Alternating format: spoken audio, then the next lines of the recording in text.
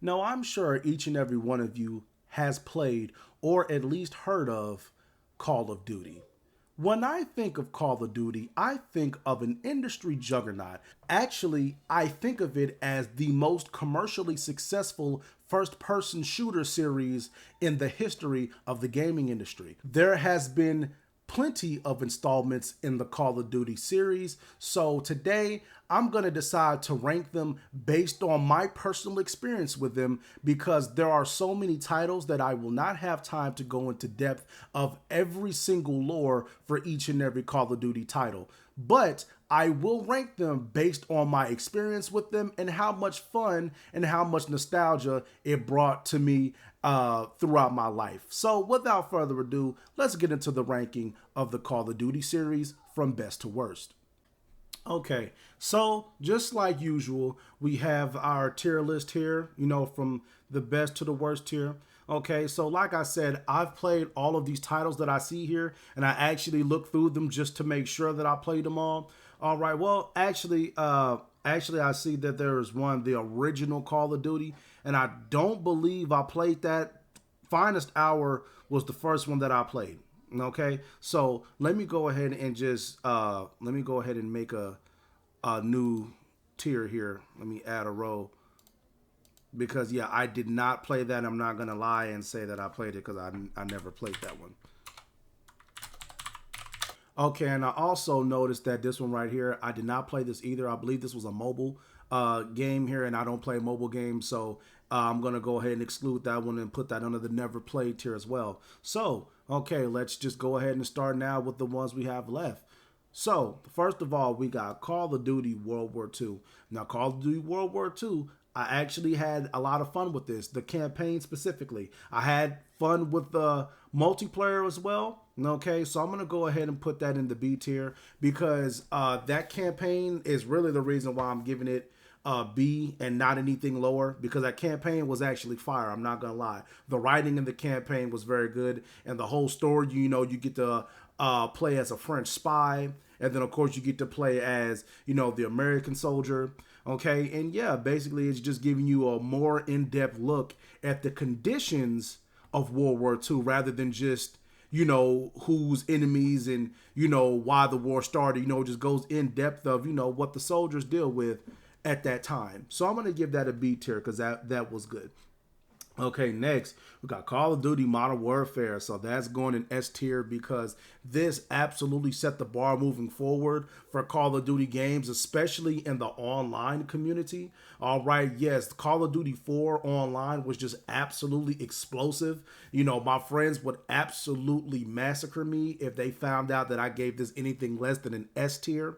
Okay, but I would agree this Call of Duty was absolutely revolutionary. Once again, I'm rating these based on how much fun I had with them. I know we can go into depth and go by how much content's in the games and how many, different mechanics are in there, but I'm ranking these specifically on how much fun I had with them. Okay.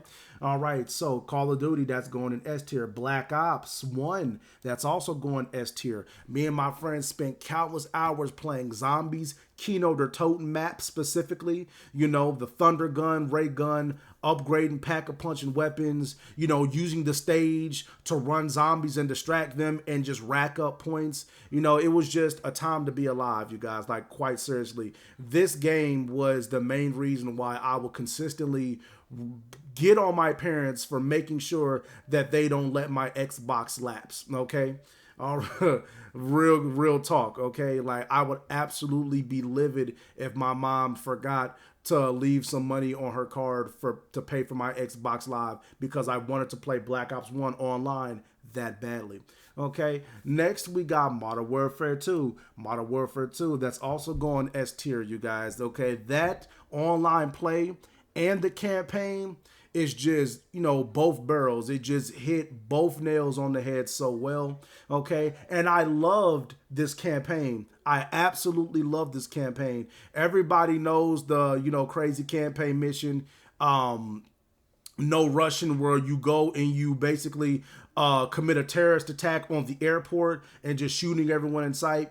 That caused a lot of controversy in the gaming community, but overall it was still surprisingly a favorite mission of a lot of players. But yes, and then also you were fighting on American soil in this campaign, so Russians were invading the United States, and you had to set up shop in a burger town. You even had to take back control of the White House. So yeah, that's going S tier. That was an amazing campaign.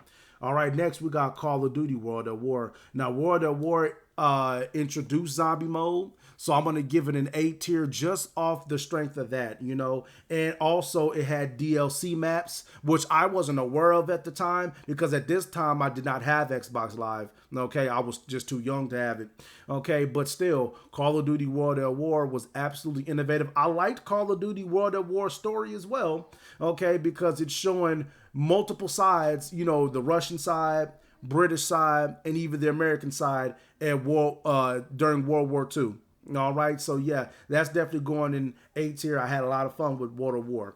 All right, next we got Call of Duty 3. Now, Call of Duty 3, yes, I know, you know, it definitely moved things a little bit forward as far as the online play, but I personally did not have a lot of fun with Call of Duty 3 because I barely played it. You know, I played it with my brother a couple times when he used to own it, and I played it with some friends, but other than that, I didn't really have a lot of fun with Call of Duty 3, but you know, I remember what it was, and it was a decent game, decent gameplay.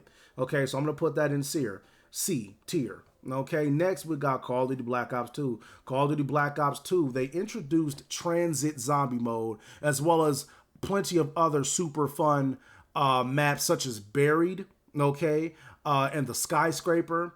You know, so I absolutely love Black Ops 2. Me and my friends, we also put countless hours into Black Ops 2, and I loved the online mode, okay? The weapons, I loved it all. You know, me and my friends would play split screen in person, and we would play, you know, online multiplayer, you know, online. They tried to teach me how to trick shot. I suck at that shit, okay? Look at me. I absolutely suck at trick shot. Don't ask me to do that shit. Okay, so that's going in A tier because I had a lot of fun. And also, you know, they brought back Nuketown, you know, which was also great. So I love to see that there as well. All right, next we had Modern Warfare 3. Now, Modern Warfare 3, that was absolutely an S tier experience for me.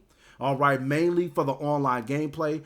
I didn't like the campaign as much as I liked Modern Warfare 2's campaign, but still, the campaign was pretty dope. Okay, but still, the online gameplay was absolutely revolutionary for me.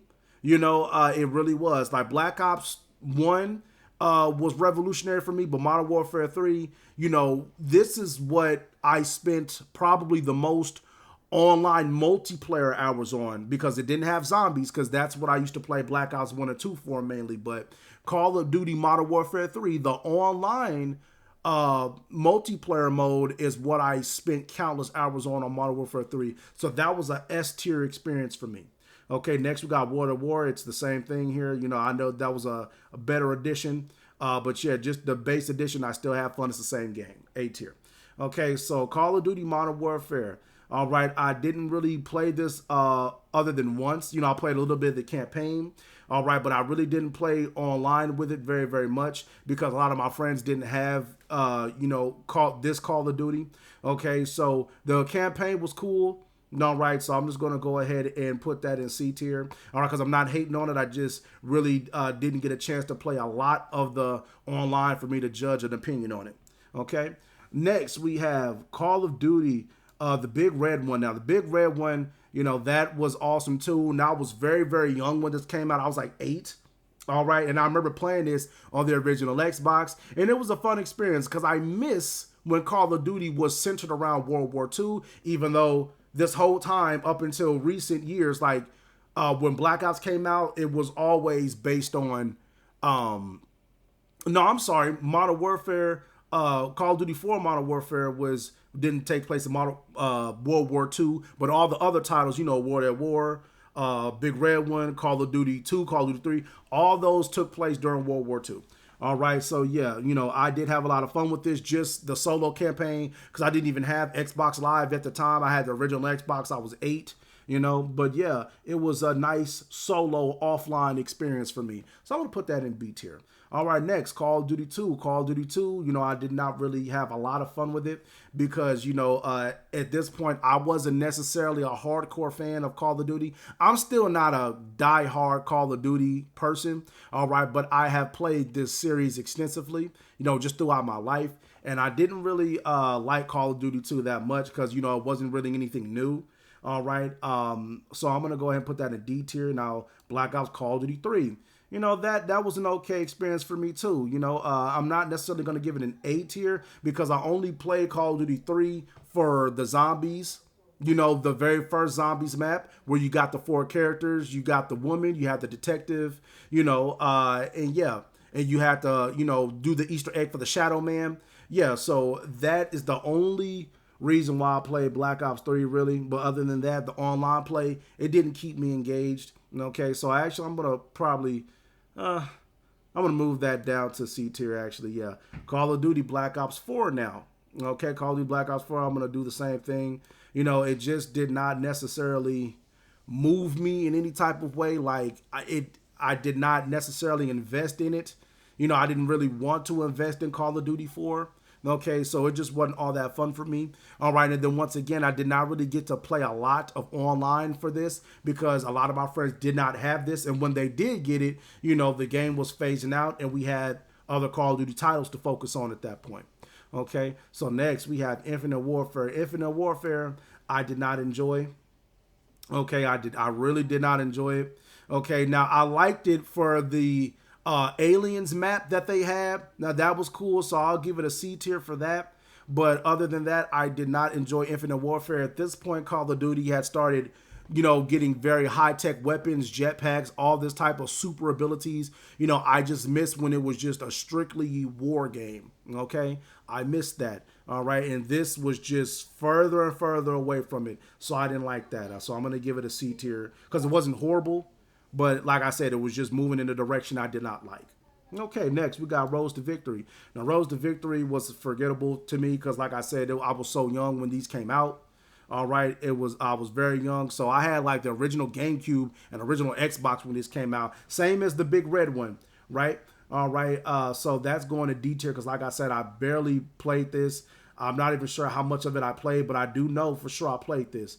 All right, next we got Call of Duty Finest Hour. Call of Duty Finest Hour, I remember I played this on a Nintendo GameCube, okay? And I had the GameCube before I had the original Xbox. And this right here, you know, I was stuck on the first mission because the objectives were not very clear and I was young, so I didn't really understand it like that. I'm not going to lie. But yeah, I'm going to put this in the D tier because I just did not enjoy that very much. Next, we have Call of Duty Ghosts. Call of Duty Ghosts, I just did not like it at all, okay? It seemed very cartoony for a Call of Duty game. And yes, it introduced the aliens mode instead of zombies, but I'm like, at that point, you could just kept the zombie mode.